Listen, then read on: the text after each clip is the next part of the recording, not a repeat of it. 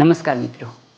અત્યારે મોટાભાગના વાલીઓ એક વસ્તુથી પરેશાન હોય છે કે બાળક અતિશય ફોન જોયા કરે છે. ફોન આપ્યા વગર જમતા નથી. ફોન ન મળે તો બેચેન જેવા રહેતા હોય છે. ઘણીવાર ભણવામાં પણ ધ્યાન ન આપી શકે. એને લઈને બાળકનું હેલ્થ પણ બગડતું હોય છે.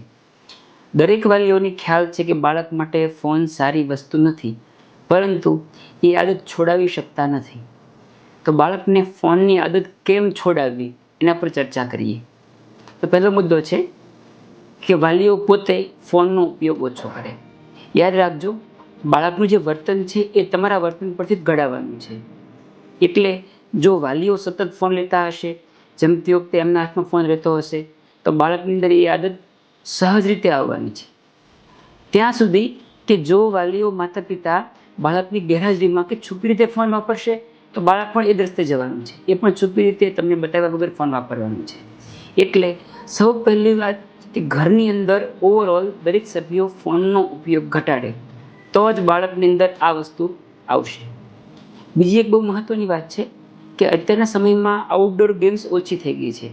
એટલે બાળક પાસે ફોન સિવાય બીજો સમય પસાર કરવાનો વિકલ્પ નથી. તો આદત છોડાવવા માટે તમારે બાળકને કંઈ બીજો રસ્તો આપવો પડશે. આજના સમયમાં કેવું હોય, મોટાભાગના માતા પિતા એવું કહે કે બેટા ઘરમાં કચરો નહીં પાડવાનું, દિવાલ ખરાબ નહીં કરવાની, કપડાં ખરાબ ન થવા પડે. જો આટલું બધું તમે શિસ્ત રાખશો, બાળકના ઘરમાં કોઈ એવી એક્ટિવિટી નહીં કરવા દેશો.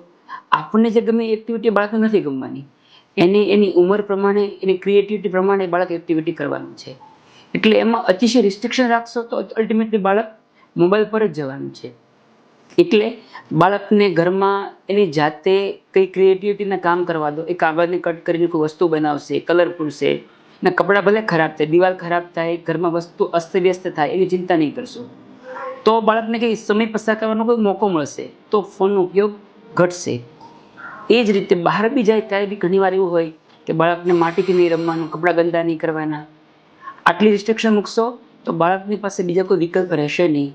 એટલે બાળક મોબાઈલ જોવાનું છે. ત્રીજી બહુ મહત્ત્વની વાત, બાળકને મોબાઈલ છોડવા માટે કઈ રીતે સમજાવવું.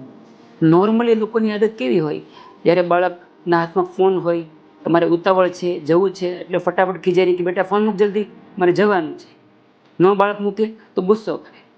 બાળકને ફોનની કોઈ પણ આદત જ્યારે છોડાવવી હોય તો જ્યારે બાળક પ્રસન્ન હોય, એ ખુશ હોય, તમે એની બાજુમાં બેઠા હો અને તમે સમજાવશો તો સમજશે. જ્યારે બાળક ચીડમાં છે, એ જીદમાં છે, એ વખતે તમે ગમે તે સમજાવશો તો બાળક વધારે જિદ્દી બનશે. એટલે બાળકનું કોઈ પણ વર્તન જો બદલવું હશે આપણે, તો જ્યારે બાળક ખુશ છે, તમે જ્યારે એની પાસે બહાર ગયા છો, કોઈ હસી મજાકની વાતો કરી રહ્યા છો, એની વચ્ચે તમે સમજાવશો. બાળક કોઈ સારું કામ કરીને આવ્યું છે, તમે એપ્રિશિએટ કરી રહ્યા છો, અને પછી તમે કહેશો કે બેટા તારું રિઝલ્ટ બહુ સારું આવ્યું, જો હવે તું ફોન ઓછો વાપરીશ તો હજુ તારું રિઝલ્ટ સુધરશે. તો આ એનો બેસ્ટ સમય છે સમજાવવાનું, નહીં કે જ્યારે બાળક ફોનની જીદ લઈને બેઠું હોય. અને આ વસ્તુ ફોન માટે નહીં, દરેક ખરાબ અને સારી આદત માટે સેમ વસ્તુ સાચી છે. કોઈ પણ આદત બદલાવવા માટેનો બેસ્ટ સમય છે માણસ જ્યારે પ્રસન્ન હોય. ત્રીજી વસ્તુ, આ બધું કર્યા પછી પણ થોડો ઘણો સમય બાળકને ટીવી કે મોબાઈલનો ઉપયોગ રહેવાનો હોય, તો એ દરમિયાન એને નુકસાન ઓછું થાય એના માટે શું કરી શકીએ. તો સૌ પ્રથમ તમે જોયું છે, મોટાભાગના બાળકો આંખની ખૂબ નજીક રાખીને ફોન જોતા હોય. એનાથી આંખને સૌથી વધારે નુકસાન થાય. એટલે બાળકને હંમેશા કહીએ કે બેટા થોડું ડિસ્ટન્સ રાખીને ફોન જો.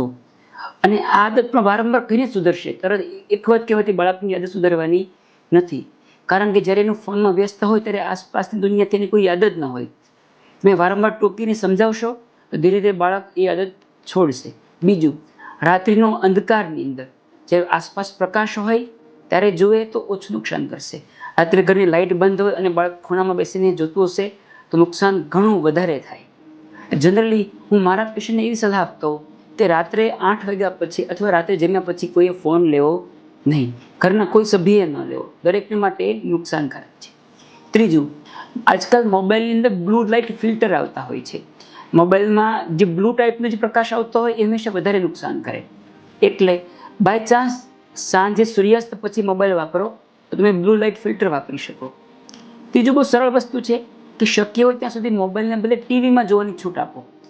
સમય ફિક્સ રાખો. આજકાલ તો સ્માર્ટ પ્લગ પણ આવે છે કે તમે જે સમય આપશો એટલા સમય ઓન થશે અને એટલા સમય ઓફ થશે. મોબાઈલ કરતાં ટીવીની આદત ઓછી નુકસાન કરશે અને છોડવી સહેલી પડશે.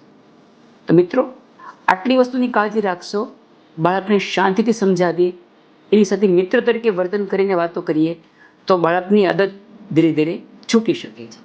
ધન્યવાદ.